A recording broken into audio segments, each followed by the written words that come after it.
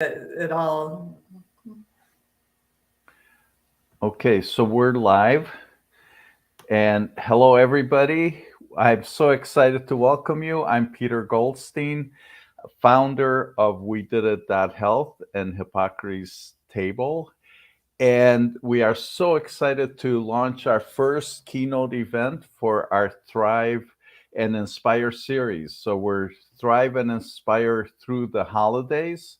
And our mission here is to build, nurture, and support a community, to create a community where we can all come together with each other as well as amazing experts that can help us to thrive, meaning thrive physically, thrive emotionally, and to inspire. Because our greatest frustration is that we have so many people that we really care about in our lives, yet they're living the standard American diet. They're living the incompassionate lifestyle that's causing so much pain and trouble to animals and suffering. So that's our mission. I welcome you. We're going to launch this community here, and with our Facebook page, our Facebook groups, and everybody welcome. And please share your comments with Angela's presentation at the end, and please engage with our other programming. We're starting every Saturday at noon Eastern time, like this time. We're going to have a different expert. We're going to feature a different topic with a keynote. We're going to have other activities through the week where you can engage with questions, look for support each other, and so that we can all move forward and create a happy, healthy, compassionate vegan world. So with that, I will welcome Angela Crawford, Dr. Crawford, psychologist who's a partner in this organization, has been such a wonderful contributor to everything we're doing. Many of you have, at the very least, seen the ebook that we like to share, 7 Best Practices to Inspire Our Loved Ones to Be Plant-Based. And with that, I welcome Angela, and here she is. Hello, Angela. Hey, Welcome. so glad to be here. I'm excited to talk about this topic. Yeah. Yes, well, thank you. Welcome. And being loving certainly is part of our mission, and so excited that your presentation is addressing loving communications. And with that, please share your wisdom and your wonderful information that you have for everybody. Okay, great.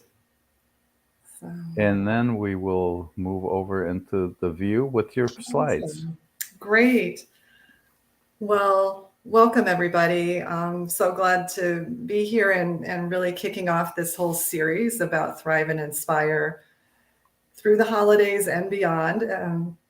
That's really an important part of our journey as vegans is how do we thrive, and then beyond that, how do we inspire others to join us? So my talk is about speaking from the heart, keys to effective communication for vegans. And I see part of the title cut off for some reason, but it is speaking from the heart.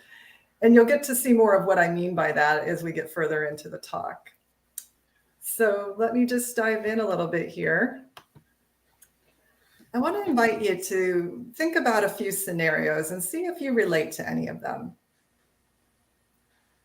First scenario, you're a new vegan and you're wondering, how are you going to handle the annual family Thanksgiving now that you've become vegan? It's just coming up, and what am I going to do? Am I going to go? Am I going to speak up? Am I not going to go? Or the next scenario, maybe you're plant-based more for health reasons. You're reversing a disease and you know it's really made a big impact on your life, but you're still fairly new to this and you're learning, how do I plan for my meals? How do I handle travel or social situations? And then, I need to plan for these things, but I'm not always prepared. And so I go to this gathering and I realize, oh, I didn't call ahead. I didn't check ahead, and there is nothing here I can eat. Or you've been vegan a little longer and you've been telling everyone in your life about how wonderful it is to be vegan. You really want them to join you and to support you and to try it themselves. But some of them, many of them, maybe all of them don't want to hear it, and they don't want to change. sometimes, and this may not have happened to you, but I've had people share with me, sometimes even vegans have, people in their life ridicule or make fun of their lifestyle. How do you handle that? And the final one, you become so passionate about this lifestyle that you really want to make a difference for animals and the planet and human health. But how do you share it in a way that actually people can hear you and relate to you?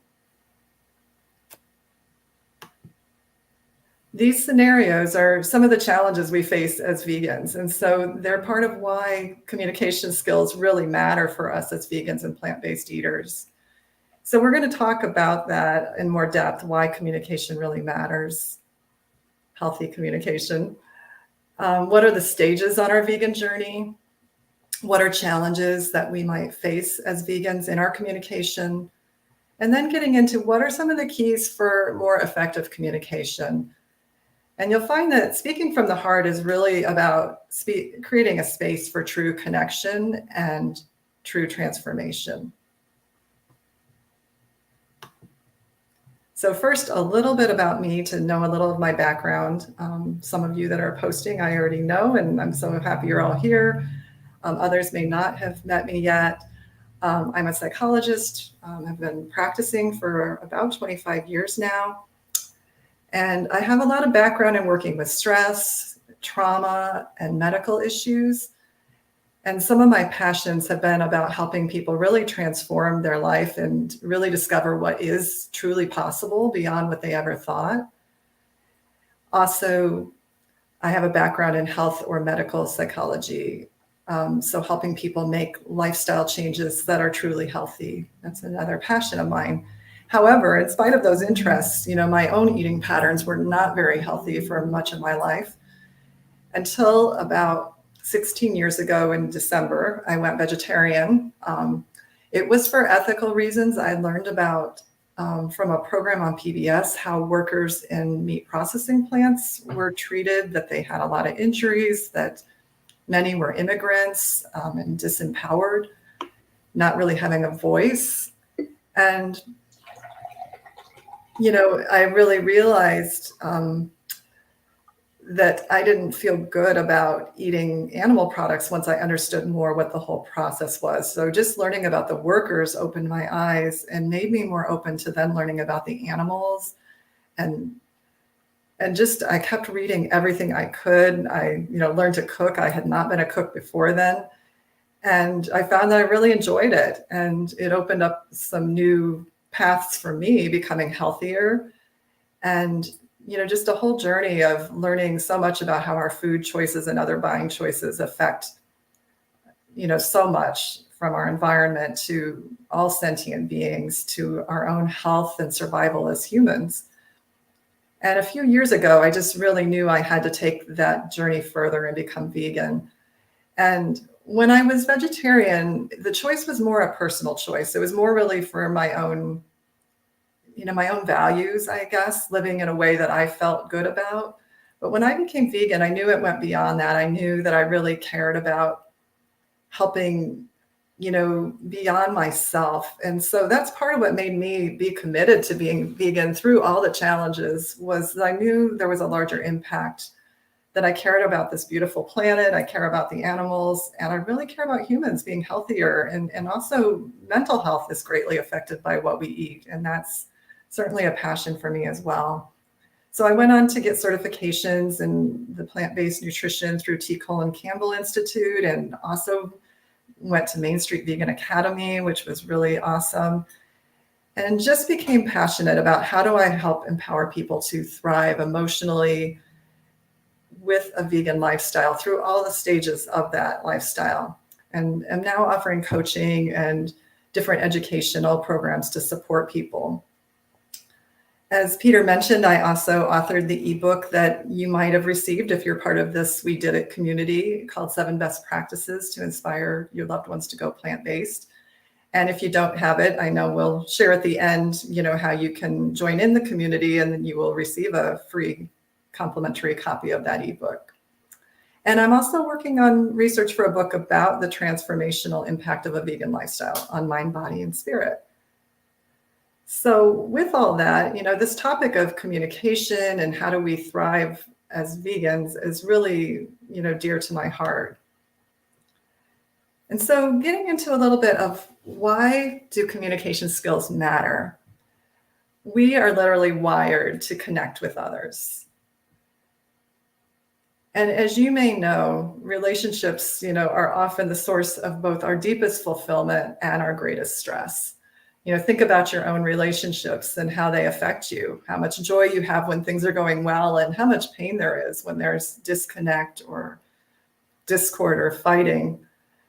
So just, relationships are so key to us. And literally all the social science research, psychology research, anthropological research, biological research shows that we are truly wired to need connection with others. And over the centuries, our survival has really been dependent on those social connections.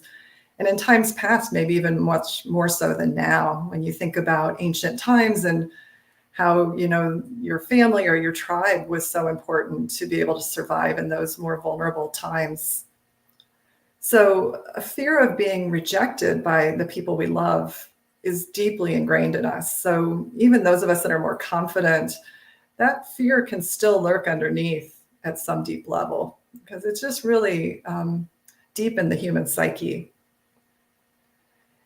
And, there are so many studies that show how important social support is for our health and mental health.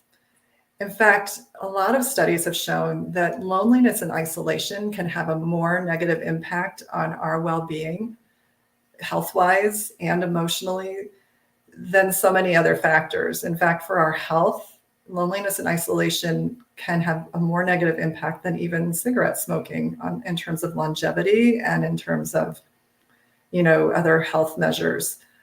The blue zones, which study cultures that thrive to a long, lifestyle along a high age, like in their hundreds even, have found that social support is really key to that thriving, along with a plant-strong diet.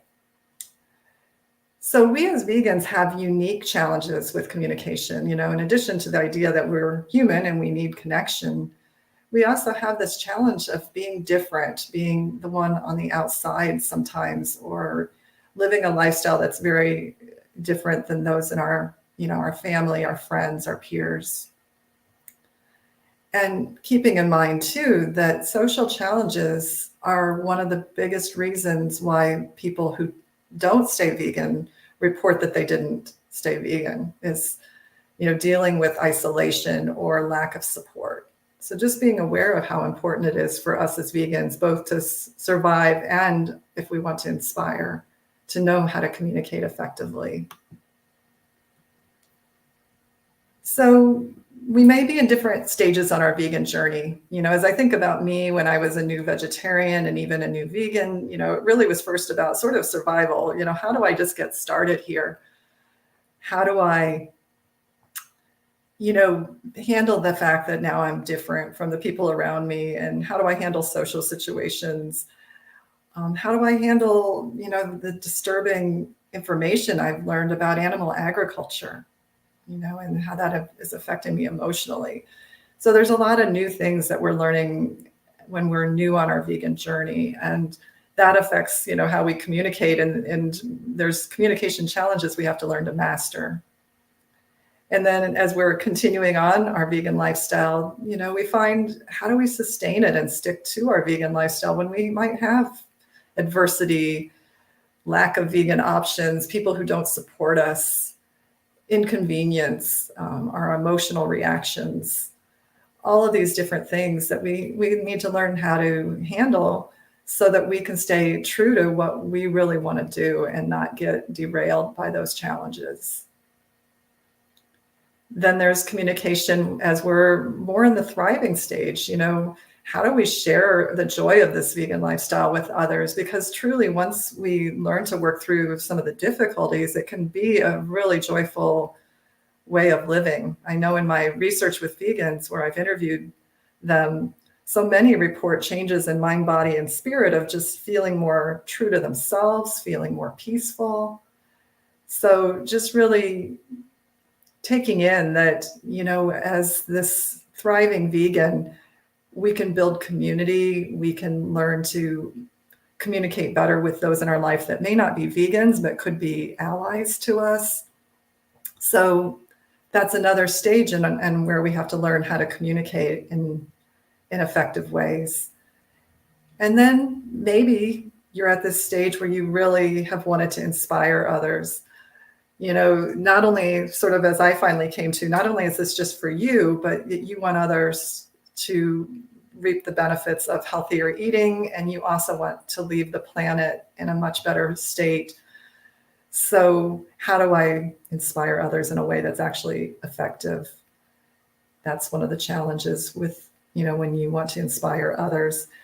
And keep in mind, we might each move through these stages in different pace or, being in different places with this, but just thinking about it that, sometimes depending on where we're at, we might have different needs and what we need to learn to communicate. So holding that in mind.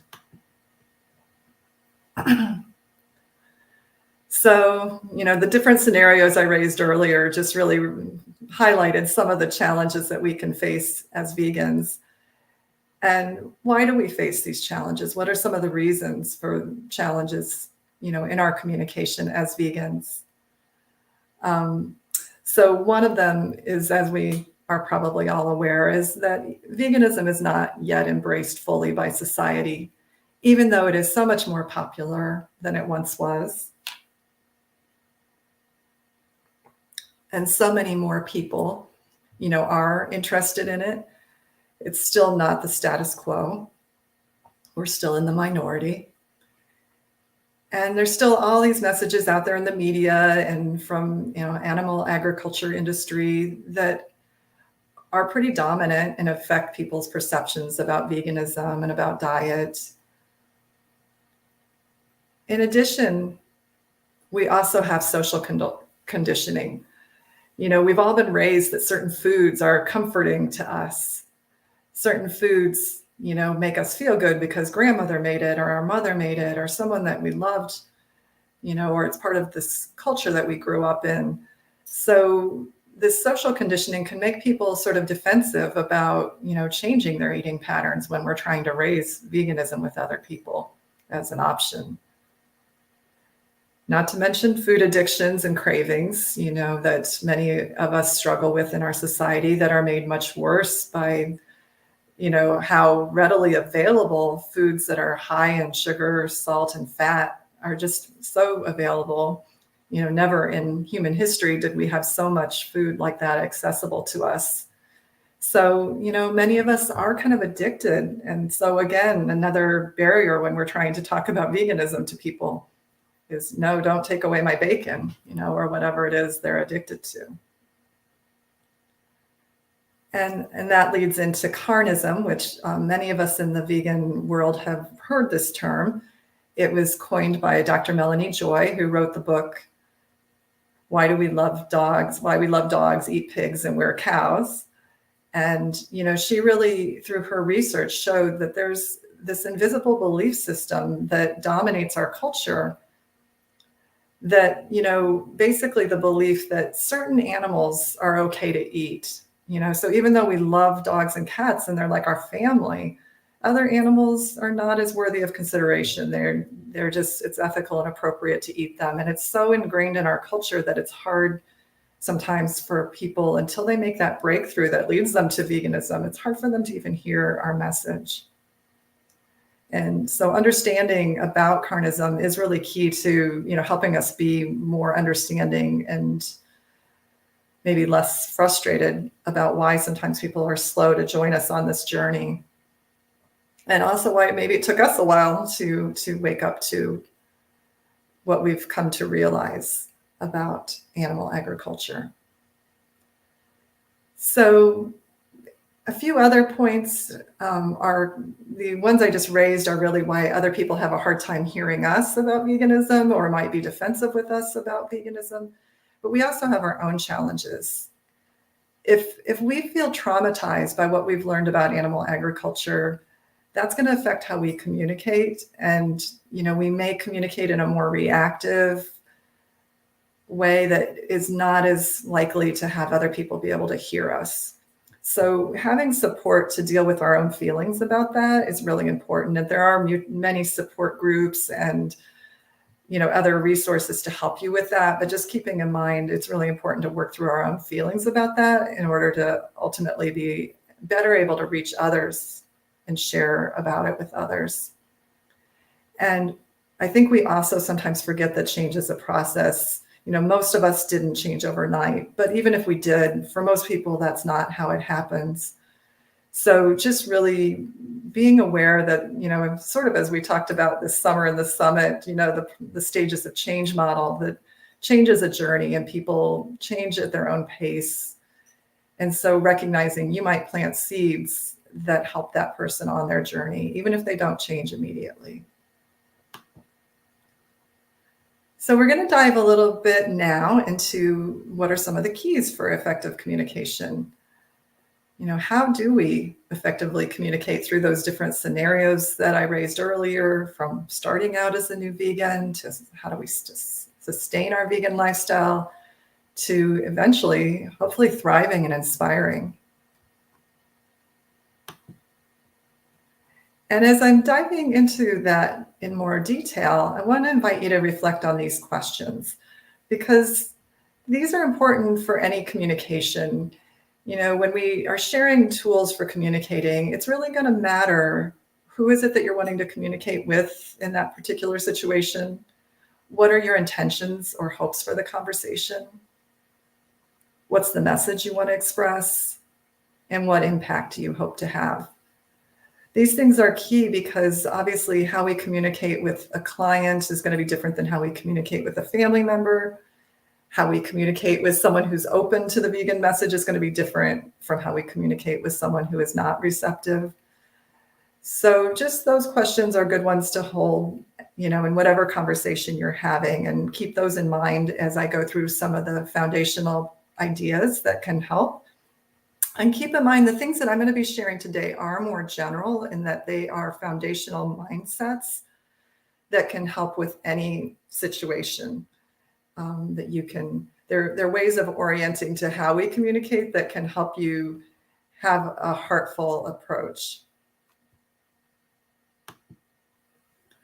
So somewhat of what I'm going to draw on in what I share to help with having more effective communication is really based on some ideas from this book, Crucial Conversations. It came out, maybe 10, 12 years ago. And what they define as a crucial conversation is a discussion that's characterized by differing opinions, high stakes, and strong emotions. And that certainly sounds like many vegan conversations, especially if we're talking with a non-vegan, but even sometimes in the vegan community as well. And so we may see things very differently. We may have very strong emotions about it, and the other person we're talking to may as well. And it's a big impact. It's an impact personally. It's an impact on things we care about. So understanding more about crucial conversations, the people that wrote the book, they had been doing research on people who were effective in the workplace. And these people tended to be leaders, but not necessarily the high leaders like CEOs. They were often like lower level leaders, but had a huge impact. And what they found was common for these leaders was they were able to communicate in a way that was totally honest. They weren't like beating around the bush. They were able to be very direct and honest, but at the same time, they were very respectful. And they were able to share really tough messages in a way that created dialogue and that they could be heard and create a really meaningful conversation that led to change that benefited all. So learning from these leaders was really the foundation of this book and some of the ideas that they discovered from how do these leaders do that? Because most of us, when we're having these tough conversations, get really triggered and cannot be so effective. And so when we're in a crucial conversation of some sort and about veganism, whether it's a personal thing, like wanting someone to support you on your vegan journey, or whether it's that you're hoping to help them move in that direction. Either way, there can be very strong emotions on both sides. And just being aware that strong emotions can make it really hard to access our wise brain. That when either we or the other person feel defensive or under attack, it's really typical to fall into one of the following three strategies. So we either want to fight in some way, which is winning at all costs, or even getting more into aggression or anger. Or we go into flight, where like we just don't want conflict. We just keep quiet. We keep the peace, even though there's negative consequences of that as well. And so when we're in fight or flight mode, the blood in our blood flow is not going to our wise brain where we have emotional intelligence. It's going to the muscles so we can fight or flee. It's sort of, our body is really not prepared for handling a more emotionally nuanced kind of situation. It's really going more into like, how do I just survive here? Which, as we all know, doesn't really help us achieve the outcomes that we really want in that conversation.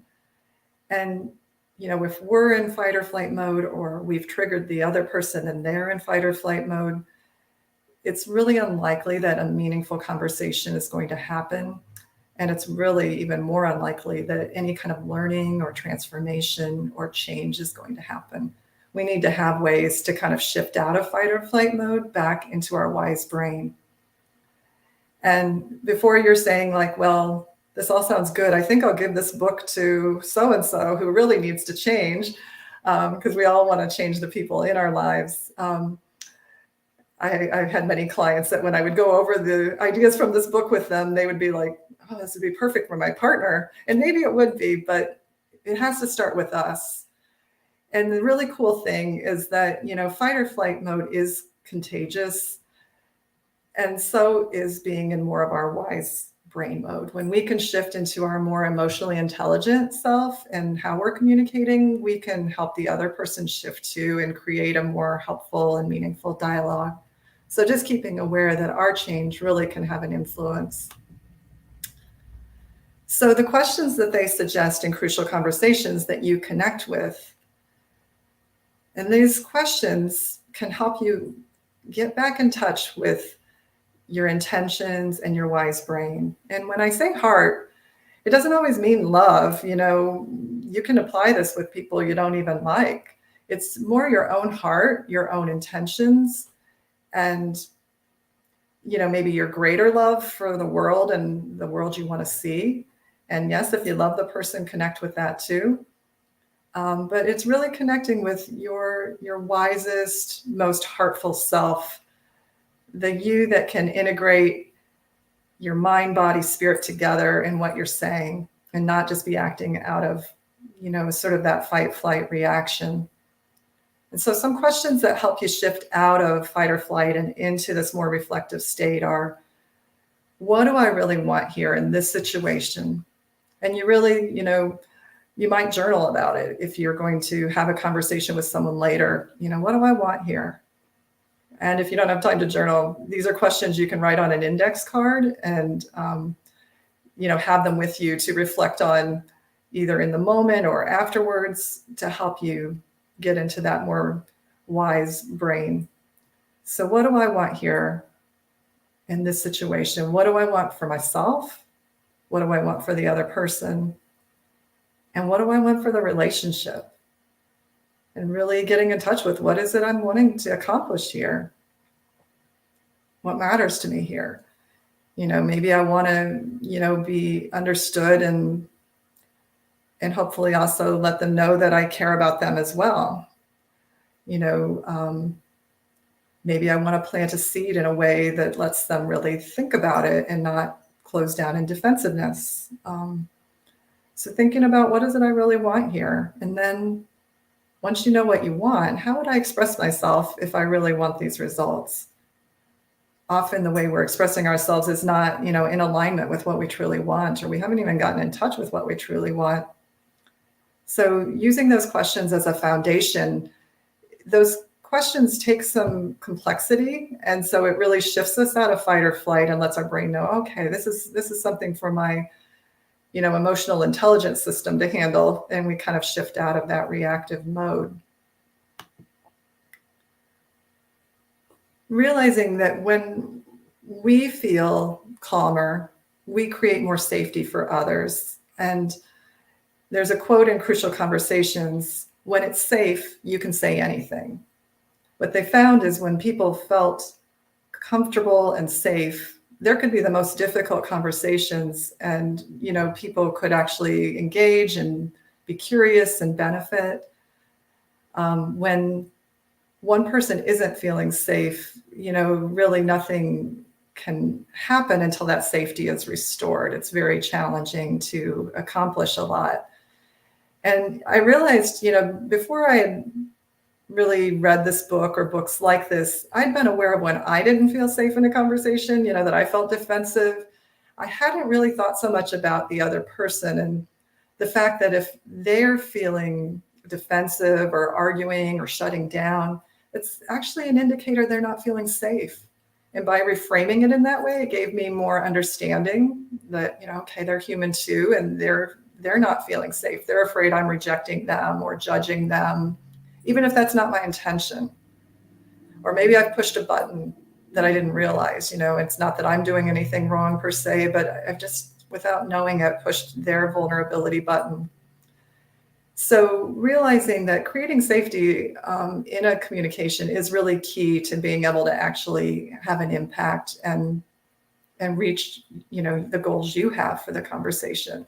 So learn to recognize the signs that one of you is not feeling safe, or both of you. If either of you are defensive, arguing, sarcastic, or withdrawing or going into silence. And when you realize that, then the key is more on the process, not the content. If you go on with trying to make your point in that moment, I've certainly been guilty of that, they're not going to really hear what you're saying. So in that moment, the focus is on restoring safety and connection. And some of the ways you can do that is just really stepping back from trying to prove a point to just trying to get back in touch with both your own goals, what you want from the conversation, reconnect with that inside, and then find ways that maybe you can ask some questions or make some statements that make it clear you want to move towards a common purpose, like you care about them as a person, whatever it is you need to say that helps bring this back on track to that we have some common purpose here. We want to have a conversation where we both feel heard and valued, and we can have different views even, and we could agree to disagree for the moment. We could agree to certain guidelines of how we're going to communicate in this moment so we both can feel heard. There's a lot of tools for this part of it, and I think in our whole Thrive and Inspire series, you're going to get more specifics on that type of thing, of how do we bring it out of fight or flight and create more safety. But these are just a few points that can help you in the moment. And definitely, tone, body language, and words all speak volumes. So just embodying respect and your desire for mutual understanding in what you're saying and how your tone of voice is and your body language. I found this quote in an article on Faunalytics. It was an article written in conjunction with the Center for Effective Vegan Advocacy. This really kind of highlights, what is being said in the Crucial Conversations. And it's this idea that effective vegan advocacy means communicating in ways that open people's hearts and mind rather than causing them to become defensive. Over and over again, research shows when we're not feeling safe, when we're defensive, when we're feeling judged, those are not the times we're going to learn, respond in positive ways, or take in new information. So just really discovering these skills is key for all of us, both for us to thrive as vegans, as well as for any impact that we'd really love to have to help create a more compassionate, healthy world. So just to summarize, many communications around veganism could be labeled as crucial conversations. because there are differing points of view, there are strong emotions, and they're really impactful, high stakes conversations in so many ways. So when we recognize the impact of strong emotions on our communication, that recognition can help us be more powerful and effective communicators, because we're going to take that into account and not try to prove a point in the midst of us or the other person being in major fight or flight mode. We're going to kind of take a step back, ask those questions to connect with our own intentions, our own heart. And that takes us out of fight or flight, and that creates a safe space for the other person to feel part of a dialogue, because a dialogue is where there's a flow of information. Even if we have different points of view, in that open space, in that dialogue, discoveries can happen. And that's where people can find new ways of seeing things, new ways of thinking. It allows that communication and learning and transformation to happen. A great example of a person who is able to do that and models it for us so beautifully is Earthling Ed. And if you've ever seen any of his interviews with college students and other people, or I should say not interviews, but conversations that he has with college students, many of whom are not vegan, where he just lets them ask any questions they have and they have a conversation. He just creates such an open dialogue that people are able to express their feelings and their questions and their concerns, and through that to create more openness to the possibilities of veganism. So as we're nearing the end of this time, I want to invite you just to reflect on what can you take away from the presentation, whether it's to handle the kinds of scenarios that I presented at the beginning of the talk, or your own scenarios. What can you apply with your own friends, family, colleagues, clients, or community? And just take, a thought about what's one step you might take to apply to a situation you're facing that's challenging, maybe over the next week. And I invite you to do it. And we'd love to hear how it goes for you. If you're in our Facebook communities, share how it goes. I want to let you know there will be, within our community, a lot of opportunities, both for sharing, for learning, for support groups. So just really inviting you to just join in and share your own approach. And also I want to add, our own personalities, and again, who we're communicating with is going to make a huge difference in how we communicate. So there's no right or wrong way. It's just really getting in touch with what are you wanting to accomplish through the communication, and who is it that you're speaking with. And just sending best wishes to all of you on your vegan journeys as you thrive and inspire. Thank you. You're muted, Peter. Thank you for that also, Angela, and thank you for the wonderful presentation. So much to think about and have conversations about. And, we'd like to invite everybody to join us in the community as we have further discussions and conversations about all these points and questions and topics in the near future, and so much more. That's what the community is here for, is to support all of us as we look for the ways to inspire friends and loved ones, and look for ways to thrive in this world that's not necessarily so vegan and plant-based friendly. So thank you, everybody. Jeff actually was commenting on finding ways to open males' minds and hearts. Do you have some thoughts on that, Angela? And I know Jeff will be joining us here. He will be presenting in a few weeks on that very specific topic.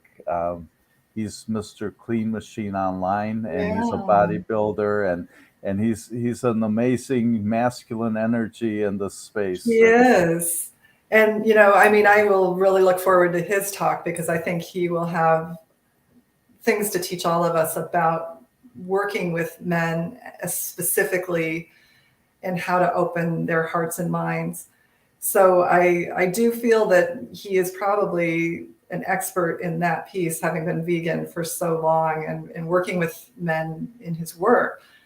But I'll just say that, the research, with the crucial conversations was with men and women. And so, just knowing that the overall approach of being in touch with our own intentions and who we're communicating with, I think that is going to apply, in any situation, because, if it's a man and he's not open to certain things, you're going to try to reach him where he's open, whether it might be his health, whether it might be fitness. It might not be that you're going to go to him about, the animals or the planet if he's not open to that, unless that's an interest of his, but you're going to really start with where he's at. And, I think being in touch with, again, what is your purpose of your communication? Because again, some of you are all coaches, obviously how we're coaching someone, or if we're a fitness instructor, that's going to be different than like our family member. So I do think asking those questions that I raised would be helpful in any situation to help you bring the right mindset and heart set to how you're approaching it. And then knowing, again, like you're going to be planting seeds. Some people, they may not respond to that first thing you share, but maybe later on, more of it will resonate for them. Beautiful. A lot of people saying thank you for your presentation. Thank you, everybody. Thanks for the feedback, Peg, and I see Jeff. Thank you. Yeah, like it was fun to kick it off for this whole series we're going to be doing, and I appreciate that. I personally was intrigued with the concepts of safety and conversation that you were referring to, and reflecting on how that shows up in my conversations. So being safe, and that, I think, for all of us, that's an issue as we show up in this world as being so different. I mean, such few people are vegan and plant-based, and we show up with being radically different, and we have so much to come across with what the misbeliefs are of people about vegans. And maybe can you say something about how we watch for that, how we might be able to neutralize some of what people come in with in terms of their perceptions of, if we say we're vegan, well, that means we're radical activists, and they need to really distance themselves. How can we show that that's not who we really are? And yeah, that's a great question.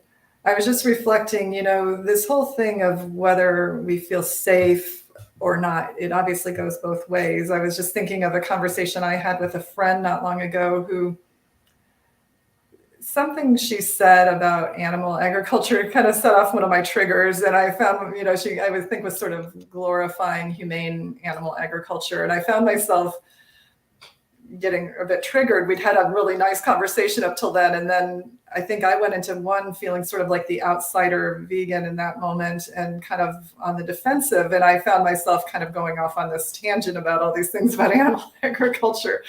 And I realized, this isn't really being received well, the way maybe I'm going about it. So I had to like take a deep breath and kind of step back and realize, like, one, the way I was presenting the information when I felt triggered it was just sort of a little bit of a rant of information that she hadn't asked for, that might have made her feel like I was acting holier than thou, even though that wasn't my intention. So I think we can be aware as vegans, like, first of all, when we get triggered, when we feel like we're being judged or something that matters to us is being questioned, we can kind of go off on these tangents. And when we do that, it perpetrates or creates, I guess, a feeling from others that we're judging them, or that we think we're morally superior or whatever. And maybe we are feeling that, but that's not going to help communication. That's not going to help. So I think what we can do is just come back to, like, we're all human beings on a journey.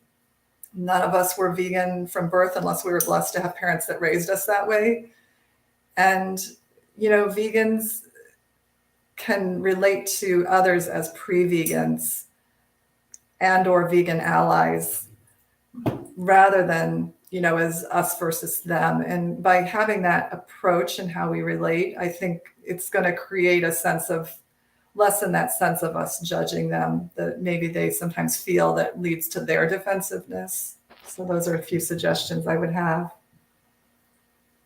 That sounds wonderful, because you're so right. And for us to be able to show up, with the flight or fight mode is such an important thing to keep in mind, because yes, if we're, like you were saying, if we're in fight or flight, we can't have our wise brain, we can't be resourceful, it's hard to connect to our heart if we're in fight or flight. And that's, taking a deep breath and being able to connect to what our intention is for the person we're talking with, for ourselves, for the world, really does make the difference. Yeah. Talking about that. Yeah, and it may just mean, sometimes taking a deep breath, taking a step back, just even taking one of those questions, like, what do I really want to create here? That alone just kind of shifts us out of fight or flight. What do I really want here? And take a deep breath. And sometimes we might have to kind of reconnect with the person later and just say, I think I didn't handle that the best way. I'd like to reconnect with you around that, and maybe approach it differently. So sometimes you don't have to apologize for what you believe, but we might end up saying, I didn't intend it to come out this way, though. We can still hold our beliefs with, a lot of, firmness and, conviction. But at the same time, just knowing that how we communicate matters, the space that we hold matters. If we want to create a compassionate world, we have to embody it. And that starts in our communication with, other vegans and other people in the plant-based space that might think differently than us, and with all the pre-vegans and hopefully vegan allies that we create. Beautiful. Yeah, so we have some other comments here. Again, thank you, Angela. And the person goes on to speak about being an example and leading by example and showing up with loving intentions and showing people how well they're doing. And that to me seems like I hear them most from people as to what their strategy is to inspire others, is to show up being healthy and happy, and then hopefully people will come to that. And like you're showing up in a way that inspires others, and they're like, I want to embody that too. So that's a great example. And I think Kathy raises, in addition, that even within the vegan plant-based lifestyle, that there's disagreements. And so, how do we communicate about those disagreements? Whether it's, I'm vegan for the animals or plant-based for health, or whether it's, do I have oil or no oil, or do I, all those disagreements that even are within our communities, and how do we handle those in ways that aren't attacking and hostile, which again is not going to inspire anyone outside of the vegan community if they see us having infighting that is not very healthy. And I just believe it kind of ultimately always comes back to starting with ourselves, because that's where we have the power. When we start with our own mindset and intentions and keep learning and growing, that's where we have the impact, that we hope to have, hopefully. Absolutely. So, that kind of brings us to a point. I recently changed the name of our group to be vegan/plant-based ambassadors. And I think I touched on something for some people. We started to having a conversation, and I just like to say that, my intention certainly was to be inclusive and include people. So it used to be WFPB ambassadors, so which really didn't speak to vegans. So my intention was to be inclusive, but this question coming up, I'd like to invite everybody. We haven't quite set a date and a time for it, but this is a conversation we need to have, and we will be scheduling a conversation around table. So uh, keep an eye on the what currently is labeled as vegan/plant-based ambassadors group, and we watch for an announcement. We will schedule a time, and we would love to hear from everybody because, honestly, for me personally, it's a huge thing to bring new people to being plant-based, people who are eating animals, people who do and know nothing about this, and that's really our main objective. But also to see if we can do something about the inside debate. I don't want to call it fighting, but all that's going on between different factions. So if we can have a conversation of what do these terms mean? How can we all come to where we're embracing each other and supporting each other rather than looking at the fact that even though maybe 95% of what we all believe is similar, but yet there's the 5% that's different. How do we get to be okay about it? How do we get to have better conversations? How do we have more acceptance for each other? Personally, I know that initially I come from the human health, from the whole food plant-based perspective myself, and it's amazing that the truth is that so many people in the whole food plant-based community don't understand about animal compassion. I know I didn't. I didn't understand about the impact on climate. And of course, most recently, I've added the fourth item to the list. We're doing this for health, for animal justice, and for the climate. But there's really a fourth piece, and that's for global hunger. For if everybody was plant-based or vegan, then we could eliminate global hunger. And so there's a fourth reason, and so yes, please watch for this. We will announce it. Maybe it'll be something that people will have enough interest in to make it a series, make it a regular ongoing conversation. But that's the kind of thing that we're here for, is to have the conversations, to support each other.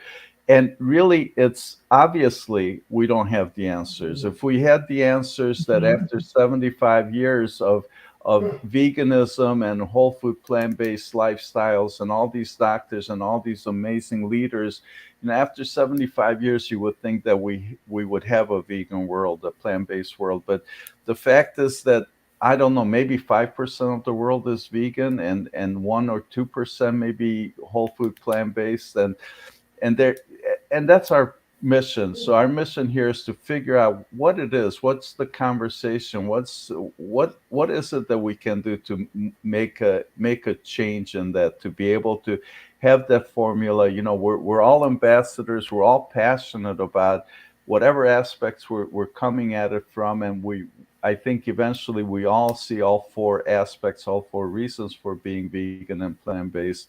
But let's together let's figure out how to do this, how we really impact the rest of the world. And with that said, I certainly want to applaud and celebrate, and that's probably something else we want to do in our group, is celebrate all the progress that's being made, celebrate the shifts that are going on in New York City and Los Angeles and so many other places in the world. So uh, please, please join us. Please speak up. Please ask for conversations in our group. That's what it's there for. For me personally, my mission is to provide a platform, to create a platform, to create a laboratory in a sense where we can all get together and find a way to accelerate the movement of developing a vegan plant-based world. Oh, So I got into a thing here, but yes, let's have that conversation and watch for it. We'll announce it. We'll make a point of it. And Angela, words cannot express my appreciation for all that you've done for this community, and your ebook has been so well received, and I'm so deeply honored that you're part of our work and such a leader. And I love all that you're doing, and certainly Sally's did a wonderful job on the certification training. And if you haven't seen that yet,